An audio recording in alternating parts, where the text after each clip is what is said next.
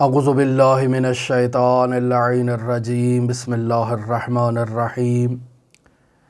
کتاب گلشن احباب در سیر و سلوک اولی الالباب کے مضامین کو ہم آپ کی خدمت میں بیان کر رہے تھے۔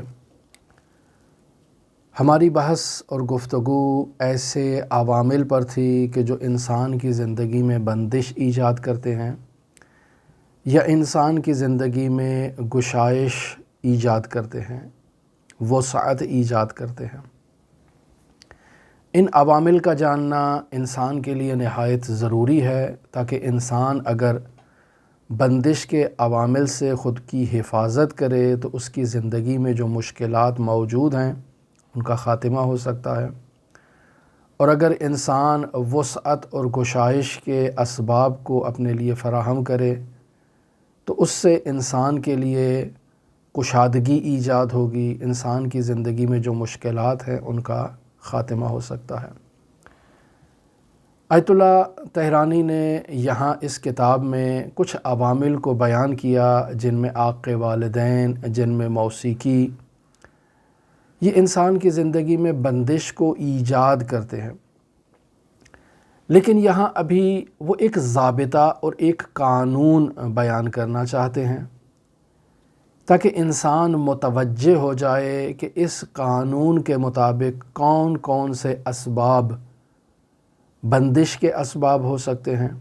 اور کون کون سے اسباب گشائش کے اسباب ہو سکتے ہیں۔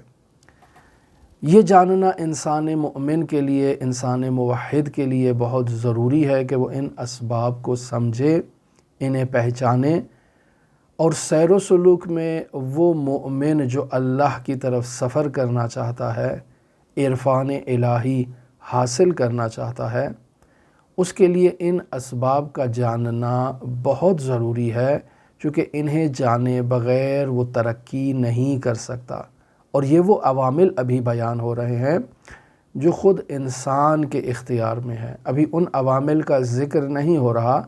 جو انسان کے اختیار میں نہیں ہے۔ خداوند متعال کی جانب سے انسان کے لیے قبض و بسط کی کیفیت ایجاد ہوتی ہے۔ جس معیار کو آیت اللہ یہاں بیان کر رہے ہیں وہ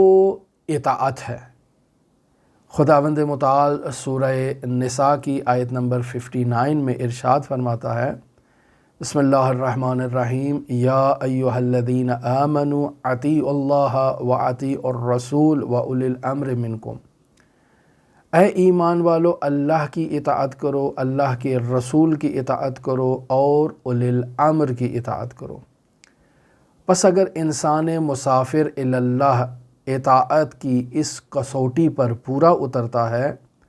یعنی اللہ کی بھی اطاعت کی ہے اس نے، رسول کی اطاعت بھی کی ہے، اولی الامر کی اطاعت بھی کی ہے، تو یقینی بات ہے اس اطاعت کے نتیجے میں اس کی زندگی میں بسط اور وسعت اور گشائش کی کیفیت ایجاد ہوگی، اس کی زندگی نورانی ہوگی چونکہ اس نے اطاعت کی کسوٹی پر خود کو پورا اتارا ہے۔ اور اگر کوئی انسان اس اطاعت کے معیار پر پورا نہیں اترتا، یعنی اللہ کی اطاعت، رسول کی اطاعت یا اولی الامر کی اطاعت میں اس نے جو ہے وہ اپنی محنت نہیں کی ہے، اس نے اپنی توانائیوں کا اظہار نہیں کیا ہے، نافرمانی کی ہے، اطاعت کے جو معیار ہے اس پر وہ پورا نہیں اترا ہے،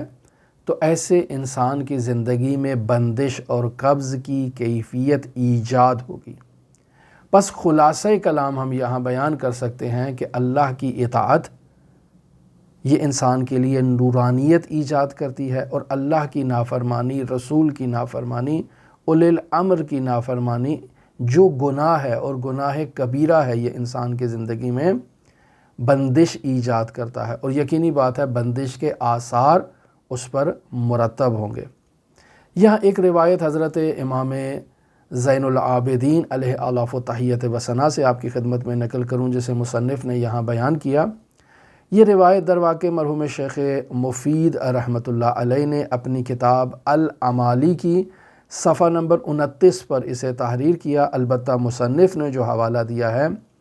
وہ مرحوم مجلسی رحمۃ اللہ علیہ کی بحار الانوار جلد نمبر 78 ہے اور صفحہ نمبر 186 ہے۔ البتہ بہار میں اگر رجوع کریں تو بہار کے مصنف مرحوم مجلسی نے اس حدیث کو شیخ مفید کی امالی سے لیا ہے۔ راوی کہتا ہے کہ میں نے حضرت امام زین العابدین علیہ آلاف و تحیت و ثنا کو یہ کہتے ہوئے سنا کہ حضرت فرما رہے تھے مختلج عرقن، یعنی کوئی بھی رگ پھڑکتی نہیں ہے، ولا صدع مؤمن قط، اور کسی بھی مؤمن کے سر میں درد نہیں ہوتا الا بذنب، مگر اس کے گناہ کی وجہ سے۔ یعنی یہ رگ کا پھڑکنا، سر کا درد ہونا، اس کے پیچھے جو وجہ ہے وہ انسان کا گناہ ہے، وہ نافرمانی ہے جو اس نے خداوند متعال کی بارگاہ میں اطاعت کی کسوٹی پر پورا نہ اترتے ہوئے جو نافرمانی کی ہے۔ پس معلوم ہوا کہ اللہ کی اطاعت نہیں کی، رسول کی اطاعت نہیں کی، اولی الامر کی اطاعت نہیں کی، تو اس کا اثر انسان کی زندگی پر ضرور آتا ہے۔ اور تعجب ہے، یہاں حضرت امام زین العابدین اتنا باریک اثر اس کا بتا رہے ہیں کہ رگ کا پھڑکنا اور سر کا درد ہونا، اس کا عامل بھی درواقع وہی معصیت ہے، وہی گناہ ہے جو اس نے اللہ کی نافرمانی کی صورت میں، گناہ کی صورت میں اس کے وجود پر وہ اثر جو ہے وہ مرتب ہوتا ہے۔ اب سوال یہ پیدا ہوتا ہے کہ انسان تو زندگی میں بہت سے گناہ کرتا ہے، روزانہ کی بنیادوں پر بہت سے گناہ کرتا ہے، تو پھر تو انسان کی زندگی میں ہر وقت جو ہے وہ کوئی نہ کوئی جو ہے وہ درد، الم، تکلیف ہونی چاہیے، جبکہ انسان کی زندگی میں ایسا نہیں ہے۔ تو یہاں امام فرماتے ہیں وَمَا يَعْفُو اللَّهُ عَنْهُ اکثر، یہ تو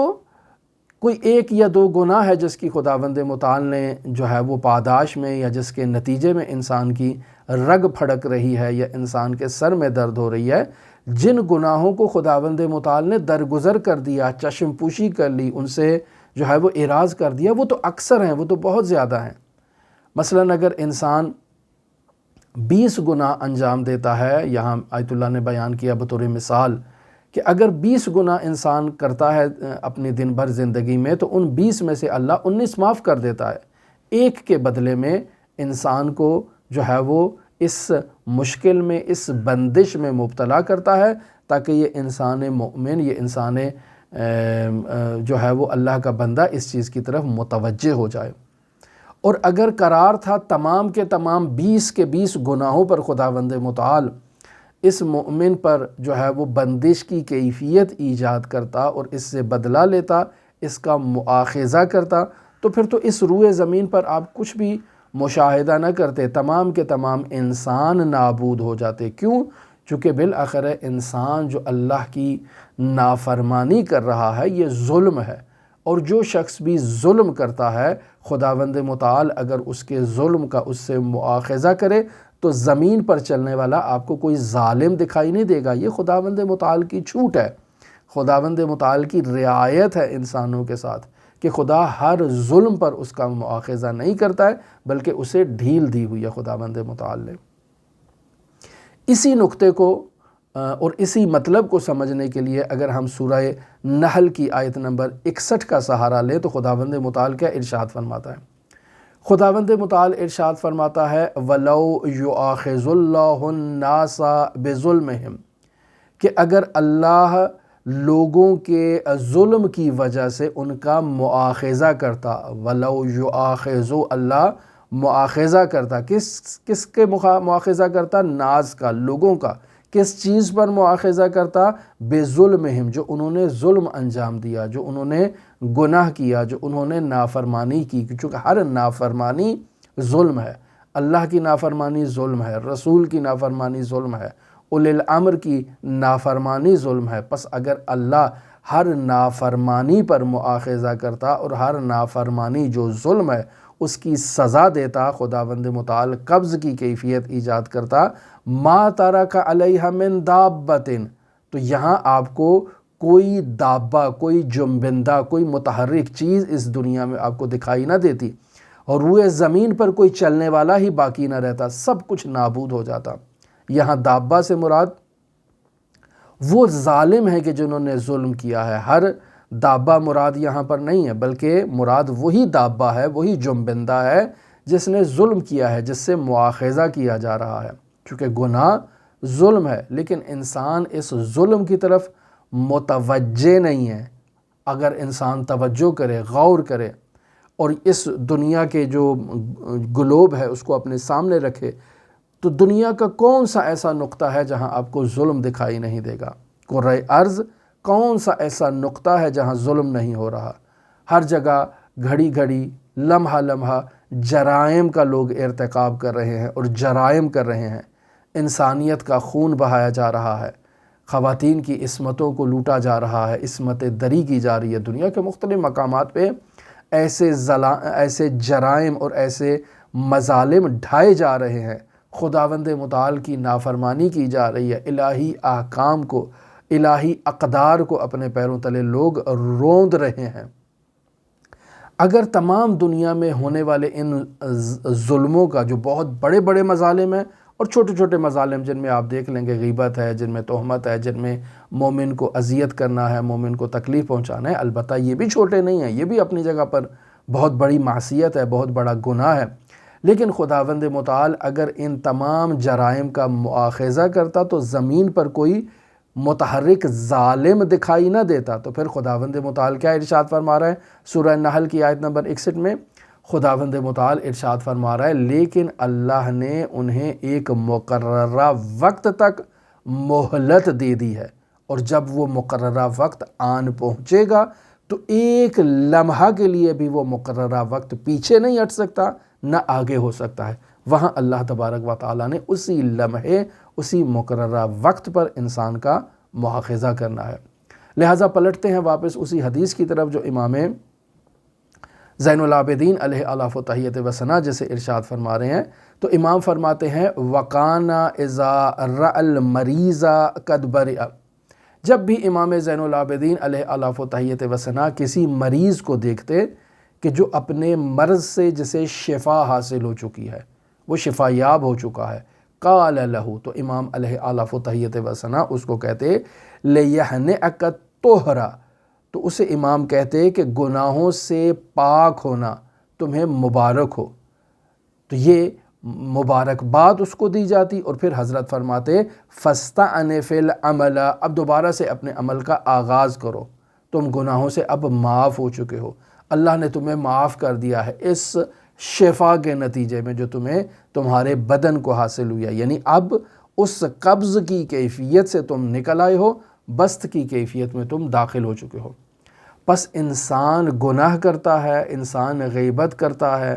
مزاح میں کسی کو تکلیف پہنچاتا ہے، مذاق مذاق میں کسی مومن کو تکلیف پہنچاتا ہے، کسی مومن کا دل دکھاتا ہے،